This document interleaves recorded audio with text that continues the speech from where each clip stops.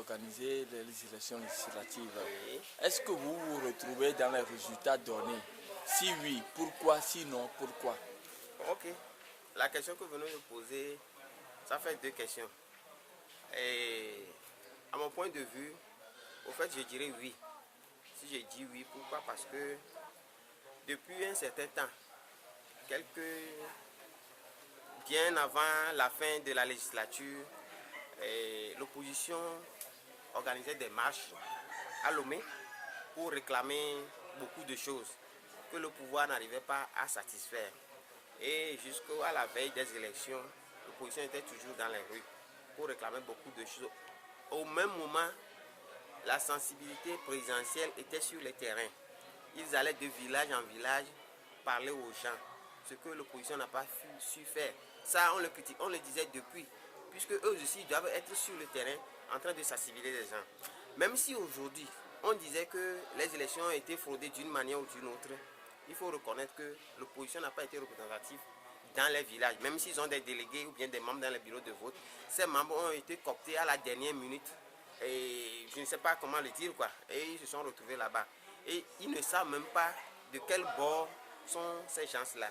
Donc je dirais que en première position, quand tu m'as posé que je me retrouve dedans, les résultats n'ont pas du tout été faux, puisque Unira tout le terrain a eu le champ libre de faire tout ce qu'il voulait faire sur le terrain. En deuxième position, j'allais dire que, au fait, quelque part, le pouvoir n'est pas prêt à lâcher cette proie-là que l'opposition cherchait tant.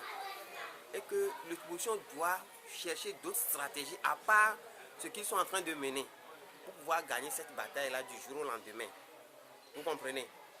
Donc, si UNIR a utilisé les moyens de l'État avec tout ce qu'il dispose, tout ça là, l'opposition est lésée.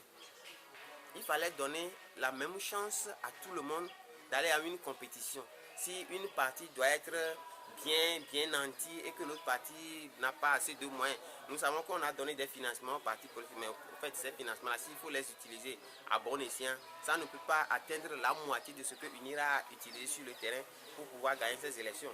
Et puis la manière dont les résultats ont été transmis par téléphone, par cellulaire, par SMS là, les résultats ont commencé par tomber au même moment où certains bureaux de vote même n'ont même pas encore envoyé leurs résultats au niveau de la CENI, mais on a déjà proclamé pour cette région-là déjà.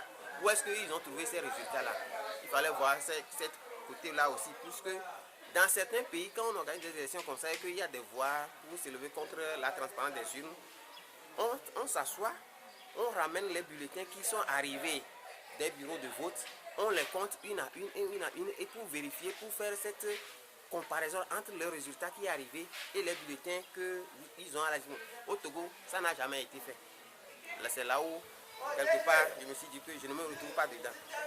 Je ne sais pas si j'ai répondu à vos questions. Alors, quelle lecture faites-vous aujourd'hui par rapport à la nouvelle classe politique togolaise? Bon, ça a été une réussite par rapport à la classe, parce que si l'ANC qui se retrouve parmi le CST a pu avoir 7 députés, moi je leur dis félicitations parce qu'ils sont arrivés, ça fait 3 ans et ils ont gagné dans les grandes villes. Déjà c'est un acquis pour eux.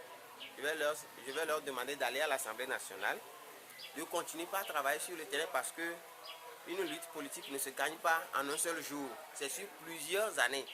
Donc, ils n'ont qu'à continuer par travailler, laisser les voies de contestation là à part. Eux aussi, ils n'ont qu'à aller une fois sur le terrain, travailler pendant 5 ans pour voir si à la prochaine élection législative, eux aussi, ils vont faire des percées. Vous comprenez? Mais s'ils vont se retrouver encore à Lomé, je ne crois pas qu'ils puissent gagner ces élections. Là, c'est une victoire pour le CST et l'ANC surtout. Vous comprenez? Maintenant, unir. Bon, en fait, c'est un vieux parti politique qui s'est transformé. Donc, avec les mêmes personnes qui continuaient pas à travailler. Ils ont changé seulement de dénomination. Bon, je ne crois pas qu'eux, ils ont fait quelque chose de spectaculaire parce qu'ils avaient tous les atouts. Voilà. De leur côté, je n'ai pas trouvé grand-chose à dire. Maintenant, il y a d'autres partis politiques là, comme Adi, c'est ça, non? Adi qui a 3 sièges. Et c'est déjà bon.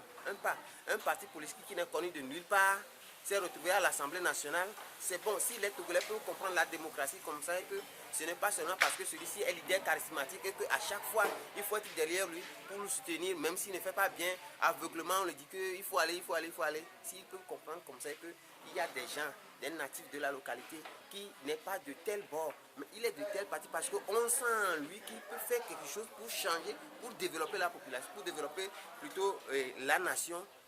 Il faut porter des choix sur des gens comme ça. Et comme ça fera une diversité au niveau de l'Assemblée nationale et le débat sera bien riche, quoi.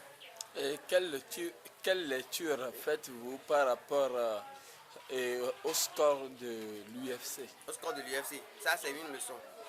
L'UFC, comme Burkina l'avait dit, que c'est un échec cuisant. L'UFC a suivi un échec cuisant. Et c'est vrai, c'est bien d'ailleurs parce que Gilles Christ, moi je le percevais comme un obstacle politique pour les Togolais. Un obstacle politique parce que sa présence au sein de la classe politique a bloqué beaucoup de choses pour ce pays. Si aujourd'hui on peut le mettre à côté, à l'écart, et regarder d'autres interlocuteurs en face pour pouvoir exprimer nos désirs politiques, nos ambitions politiques, je crois que ça fera du bien pour cette nation. Merci Moi, beaucoup. je me réjouis de la défaite de l'UFC. Merci beaucoup. Merci, monsieur le journaliste.